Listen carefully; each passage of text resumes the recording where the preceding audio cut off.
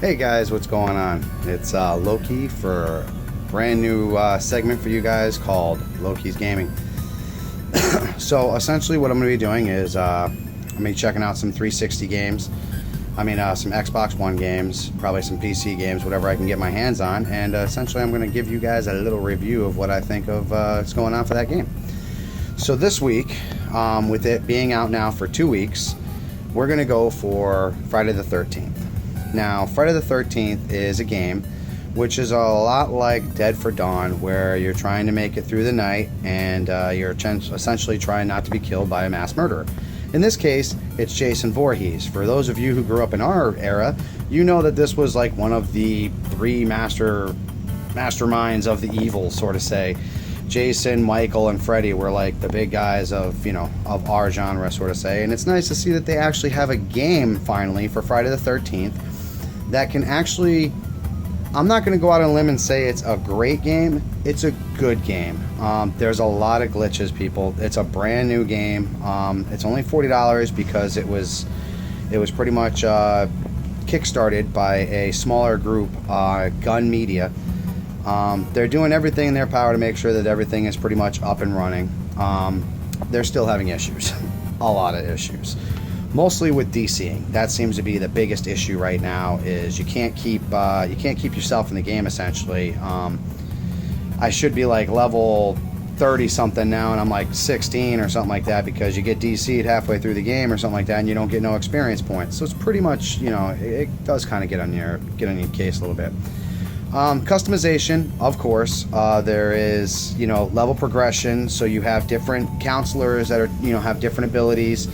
You have stamina, you have composure, you have stealth, you have strength. Anything that kind of helps you hide from Jason, fight back Jason, or repair items such as a vehicle, a boat, or phones to call the police, etc. and so forth. Being a counselor is actually pretty fun. There's a lot of opportunities for jump scares. Believe me, there's a lot. Essentially what you're trying to do is you're trying to go through these different cabins, and you search these cabins for various items, whether it be weapons, whether it be stuff to, like I said, fix a car, battery, gas, keys. For the boat, you need a propeller. For the phone, you need a fuse. So there's a lot of different things that you need to be on the outskirts for and looking for. Obviously, stealth is one of the things that you want to keep. You don't want to make a lot of noise because Jason's going to be able to find you. One of the biggest things that I've noticed is it is very much a team aspect play game. If you want to sit there and run around by yourself, he's going to find you, he's going to kill you, and he's going to make short work of you. Jason, one of the biggest things is a lot of people say that Jason is OP. Well, let's face it, he's Jason Voorhees. He's supposed to be fucking OP, people. That's what pretty much the whole movie is about, him killing endless amounts of counselors before somebody finally gets a lucky shot in him and just puts him out until the next movie. So now, we've pretty much let you know all about the counselors. Let's let you know about Jason. Now, there is, at the moment, I believe there is 8 different Jasons available. You can, much like the counselors, different Jasons become unlocked by certain levels. You start off with 3 of them at first. I believe part 3 is one, part 6, and I think part 5, if I'm not mistaken. They all have their own strengths and weaknesses. Jason has 4 powers, like within his abilities. Number 1 is, it's known as Morph, and what he does is he can open up the map and pretty much teleport anywhere on the map like that.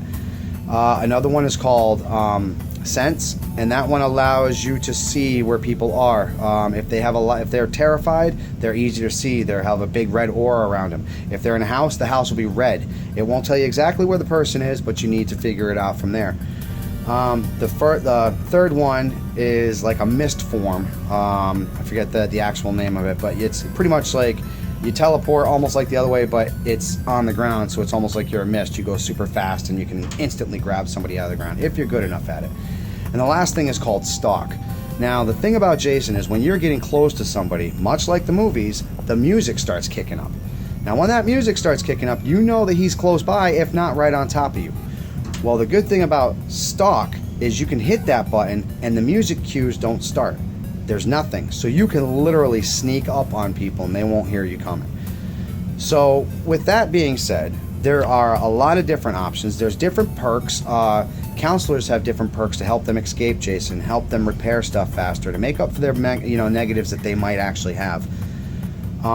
Jason has perks as well, but they're mostly assassinations. There's different ways you kill people, and depending on what you buy and what you have equipped is how you kill them.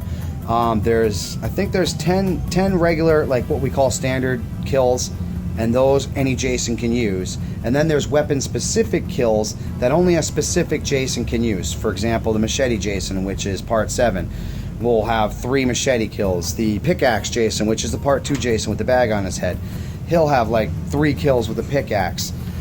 Same thing with the spear, 3 kills with the spear. You have to pretty much earn points, and those points that you earn, you go ahead and you buy stuff and you level up your characters and so on and so forth. Now, that being said, it is a very, very fun game.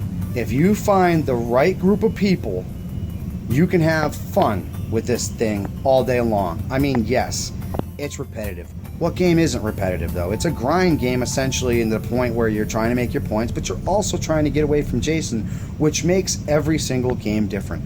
There's only 3 maps, but the 3 maps are randomized, and you never know where shit's going to be. It can constantly be like right there, or you might have to travel all the way across from one point to get to the other point just to put the propeller on the boat. So good luck with that one. The DCing right now, I will admit, it's a downer. It's one of the things that they really need to get control of. Their biggest thing was when the game came out, they only had 35,000 people backing them, so they only essentially made room for servers for up to 60,000. 120 some odd thousand people ended up buying the game, so they didn't expect the server overload, which, look, it's like I said, it's an upstart company. They practically had to make this game on donations, so you can't dog the company for doing that, number one. Number two, they're on there every day. They literally are trying to fix it every single day, the DCing, everything else that's going on.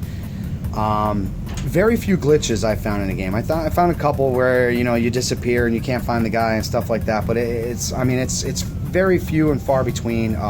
Jason will pick somebody up and not be able to put him down.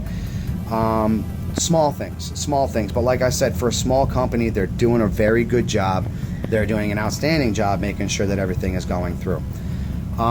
So pretty much that's it, guys. If you haven't had a chance to check this game out, it's only $40 right now. You can find it on the Xbox Marketplace, you can find it on the PlayStation Marketplace, and you can find it on Steam, or you can go to the Friday the 13th website, FridayThe13th.com, and purchase it right there.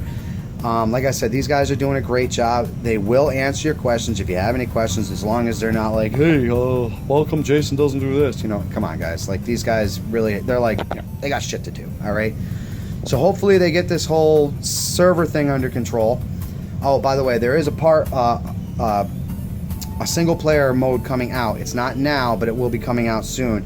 Right now, the only thing available is a digital download, which means you can only download the game directly to your Xbox, to your PlayStation, or to your PC.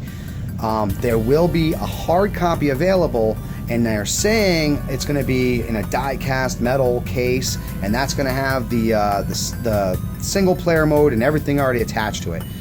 So check it out, guys. Make sure you leave the comments below. Make sure you subscribe to the Loki and Jabroni page. Make sure you like us. Make sure you subscribe to us.